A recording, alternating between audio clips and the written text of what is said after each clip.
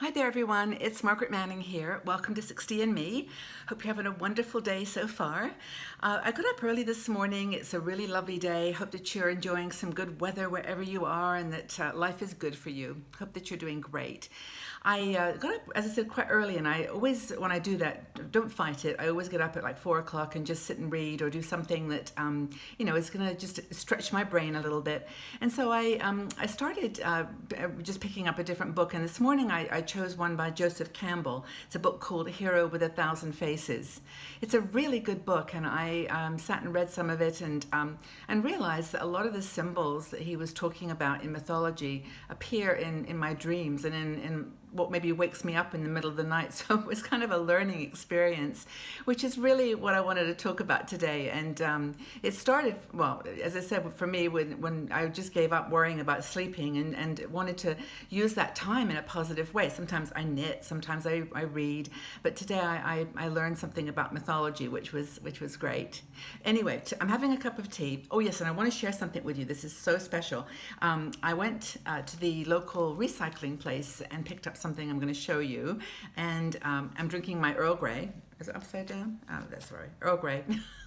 Which is a lovely tea, but I just love this package too. It's purple, and I thought I matched, so that's a nice tea. But I've got it in my very pale lilac purple mug, which I purchased for, I think it was about $1, and I really, really like it. That's my mug. But what I wanted to show you was the teapot I bought. Oh my goodness, this is so sweet. Look at this. Can you see? Oh, I know. It's just adorable. I'm going to lift it all out so you can see the whole thing. Okay. It looks bigger than it is because it's like way near the camera. There you go. I just think it's so cute. And it's got a beautiful top to it, and it's gorgeous. And I don't actually make tea in a pot very often, but I just thought this was so nice that I would buy it. And it was like $3. Again, this place has amazing little treasures you can find. Anywho, my teapot and cup of tea. So hope you've got a tea or coffee too, and just ready for a nice day. Getting back to this topic of being a lifelong learner, though, I really enjoyed an article one of our bloggers, Robin Griffiths, wrote, and it was about learning new tricks. You can't teach an old dog new tricks, they say. Well, sure you can. Life doesn't slow down in retirement. It doesn't slow down at all. And your brain is working and wants to learn, and it wants to grow.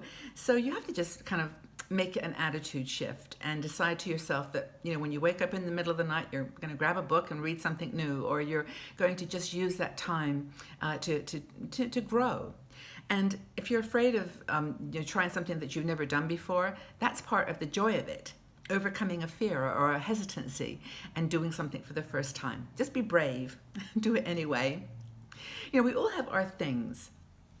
Like I mentioned to you, I like mythology and stories about the way that people understand the world, how people have made up stories and written books about how that there's a mystery beyond what we can see. Very powerful for me. I personally have a passion for doors. I know it's going to sound funny, but whenever I travel, I'm always taking pictures of doors, interesting doors, and they just enchant me. It's really, I guess, a part of the way that I live my life. I'm always looking to explore what's on the other side. I want to open new doors and explore new experiences, and I guess my love of doors is just an attempt to kind of understand and embrace the invisible, embrace the invisible in my life. And I always love to look at doors and think, how many people walked through that door? Children crossed the threshold. How many people were married and went into that door as a married couple? What's happened inside behind those doors? So for me, doors kind of welcome questions, they welcome conversation, and they welcome discovery, which is really what being a lifelong learner and being constantly looking for opportunities to grow is all about. It's wanting to explain the unknown, whether it's a simple fact that you want to clarify or a mystery that you want to solve. It's really true. So and my doors, when I travel, always shape the experience. They shape the cultural experience of that place.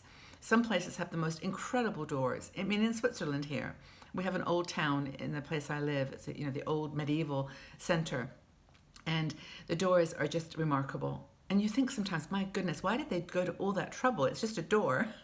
But they're ornate, they're beautiful, they're mysterious, they're just interesting. They're pretty timeless and wonderful. And I guess what learning does, it fills you with awe, doesn't it? Of something you weren't there, you didn't experience it, but you can learn through what's been left. It's really fun. So anyway, it's a personal satisfaction, I think, of stretching yourself. And so Robin talks about this in her article, about ways to encourage yourself to be a lifelong learner. And she suggests, for example, staying current, keeping up to date on new things. Now, of course, there's the news, there's the breaking news, which is always a bit traumatic, and doesn't matter, every day you wake up to something that's different and maybe disturbing. But there's also news about new discoveries, new inventions, new visions that young people, for example, have about the world that they've been born into, things they want to do or change or create. And I think that, widening your social group of friends, going to meetings, even with people of different age group or different culture, it really gives you a way to understand how to learn something about what they experience in life. It's really cool. So in that respect, you can try different ways of communicating. And you'll find as you meet new people from different cultures, different perspectives, that you start to shift yours as well. Things start to blend. I remember when I went to Bali, and I started talking with people about their way of viewing friendship and karma, in the sense that they believe what you do today really impacts your future, and they believe it guides their life. But by having those conversations, you can learn about how they see life differently or the same, or how it all combines, how it mixes and matches. Another thing to do, according to Robin, is to develop your passions. If you wanted to be a writer or a trainer or a teacher, and you never got around to it, or stuff happened in your life, do it. Do it now. You can go back to school, you can learn, get a certificate, maybe not a full degree, or maybe just go back as an audit student, just learn for the sake of it. You don't have to even get the degree, but you can develop your skills, you develop your competencies, and have fun at the same time. I think it's a really cool part of being older.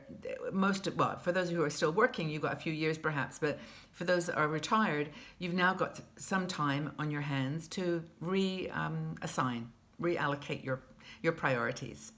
You want to paint, work with children, work with animals, you've got a social cause, do it. Just this time. This is the place to learn new skills and develop your compassionate side, your giving side. And if you don't know what your passions are, you can always find them. Find your hidden talents. I think we talk ourselves out of things so much. We say, oh, I can't do that, or I'm not a good painter, or I'm not a good artist, I'm not a good cook, I don't know how to garden. Of course, you don't learn these things like innately. You have to learn by experience, by going to classes, talking to friends who are good at those things, and develop talents that you really didn't know you had. And you'd be surprised sometimes. You have a natural ability that you didn't even give yourself credit for. So I guess the message from Robin and from me is to go ahead and try something new. Well, what's to lose? As I said before, no one's ever judging you at this point. You're kind of, that's one of the benefits, I guess, to being invisible, in the sense that you can choose to be invisible. You can choose to do things on your own, in your own privacy, the privacy of your home, and be a little, behind the scenes. I think that's kind of cool. You probably have much more to share than you think.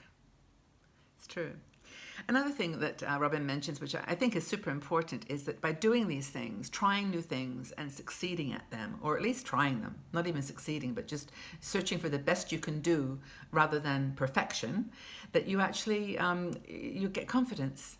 You did something that, wow, I didn't know I could do that, or I didn't know I could even try that. And like, for example, pottery. I'm not an expert at all. I've never done it, but I went to a raku class, which is a Japanese pottery technique, and everyone said I did great and gave me some nice encouragement. It wasn't very well put together, but I came out of it feeling like, yeah, I can do that. I could learn more skills and get better at that. I got confidence, and I think confidence in one area always sort of tumbles over into other parts of your life. I really think that that's a true truth. That if you're confident in doing one thing really well, you know, I've done that, I can do this as well. I think so. Anyway, I think being a lifelong learner is my mission. I'm determined to keep learning as long as I can, and perhaps you're the same. And I'd love to know more about your passions and your attitude to lifelong learning. Would you consider yourself a lifelong learner? Are you always curious and learning new things? What in particular do you love to do? So I'd love to leave your comments in the section below. Thank you for being here, for listening through the end of this conversation, and for now being ready to engage perhaps in a chat about it. So go down to the comments and just let me know, do you think that you're a lifelong learner? And what is it that you're learning? Love to join the conversation too, but thanks again for being here, everyone. Have a super day. Go out and do something fun for yourself. Be confident and be well. And we'll talk again soon. Bye-bye for now.